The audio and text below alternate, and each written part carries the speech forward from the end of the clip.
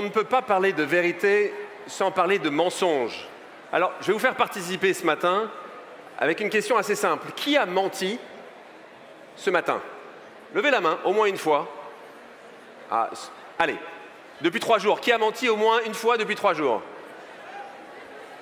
Alors, ceux qui n'ont pas levé la main, je pense que vous avez menti. En fait, c'est les chiffres qui le disent, c'est pas moi, hein. Dans une discussion de 10 minutes, on ment en moyenne 3 fois. Alors, ce qui est intéressant, c'est que ça commence très jeune. Hier soir, je couchais mon petit de 7 ans. Alors, je lui pose la question classique que tous les parents posent à leurs enfants. Est-ce que tu t'es brossé les... D'après vous, qu'est-ce qu'il m'a répondu? Est-ce que c'était la vérité? Ce qui est intéressant, c'est que c'est derrière ces petits mensonges anodins se cache une réalité plus complexe. Surtout, le mensonge, parfois, amène une stratégie gagnante. Le chiffre 35 373, ça vous dit quelque chose? 30 573. Si je rajoute à ça le président de la plus grande puissance mondiale, ça vous dit quelque chose maintenant? Selon le Washington Post, c'est le nombre de mensonges durant la première mandature du président Trump aux États-Unis. C'est-à-dire plus de 20 mensonges par jour. Alors on pourrait dire normalement il ne devrait pas être réélu. Et pourtant, il a été réélu une deuxième fois. Qu'est-ce que ça veut dire? C'est-à-dire que le mensonge peut fonctionner. Il peut fonctionner. Et pourtant, ici, nous savons toutes et tous que sans socle commun de vérité, il n'y a pas de confiance, il n'y a pas de démocratie. Alors, ça c'est la géopolitique, on va parler un peu d'économie. On est au centre de l'économie aujourd'hui en France, avec Big. Je vous pose une autre question pour tous ceux qui sont fans d'intelligence artificielle. Qui pense ici que OpenAI vaut 500 milliards de dollars? Qui? Levez la main. Oui. La vérité économique est une vérité en fait qui est relative. Prenez Mark Zuckerberg. Quand Mark Zuckerberg achète Instagram en 2012, il achète pour 1 milliard de dollars.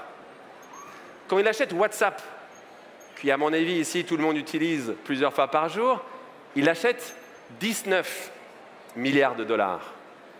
C'était il y a 10 ans de ça. L'immense majorité des gens à ce moment-là ont dit « ce mec est fou ». Il utilise l'argent de ses actionnaires n'importe comment. Quand je vous parle de réalité qui est relative, aujourd'hui, ces deux entreprises valent chacune plusieurs centaines de milliards de dollars. Donc selon vous, est-ce que Zuckerberg avait eu raison? Si on regarde une économie et une réalité économique, la réponse est oui.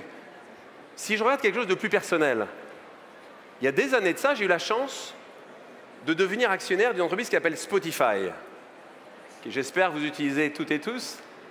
À l'époque, l'entreprise valait 3 milliards de dollars.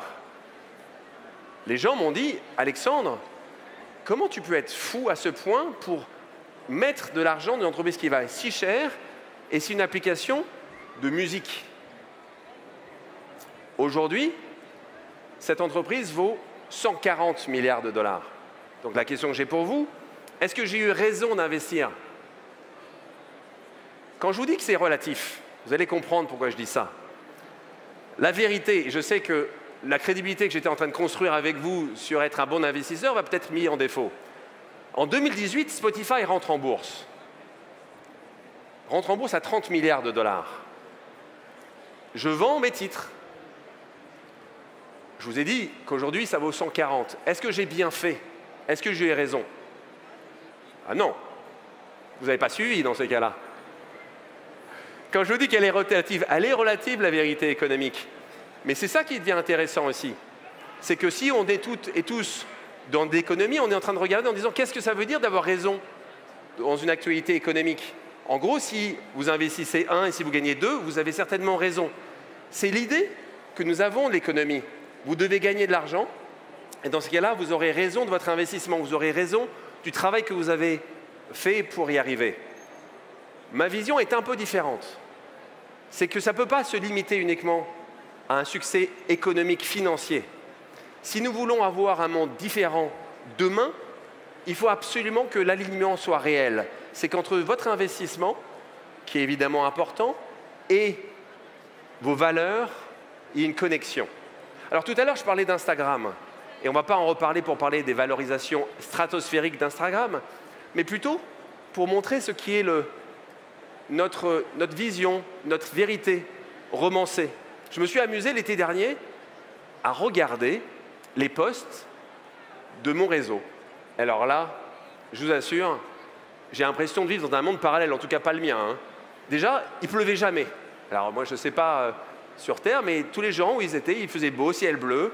Il n'y avait jamais de problème d'avion, pas de retard de train, pas de problème avec la famille, pas d'enfants qui boivent, pas de fin de vie des parents. Le monde idéal. Alors la question que j'ai pour nous tous ici, est-ce que vous croyez vraiment que ce monde idéal existe?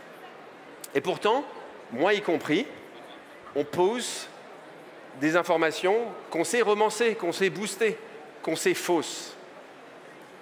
Et ça, c'est un point important. Pourquoi il est important ce point-là? Il est important parce que, aujourd'hui, montrer autre chose qu'une vérité sublimée nous rend tout simplement vulnérables. Et dans le monde dans lequel nous vivons, être vulnérable n'est pas forcément possible. Et c'est ça que nous voyons au quotidien. Il faut, parce que cette vulnérabilité, c'est ça qui va nous rendre forts. Cette vérité, c'est ça qui va nous rendre différents. Et je termine parce que je sais très bien que c'est la question que vous attendez toutes et tous. Est-ce que mon fils s'est vraiment brossé les dents hier soir? Pour être franc avec vous, je ne sais pas. Mais ce que je lui ai dit, ce que je continuerai à lui dire, c'est que la vérité touchera toujours plus que la perfection. Merci à toutes et à tous.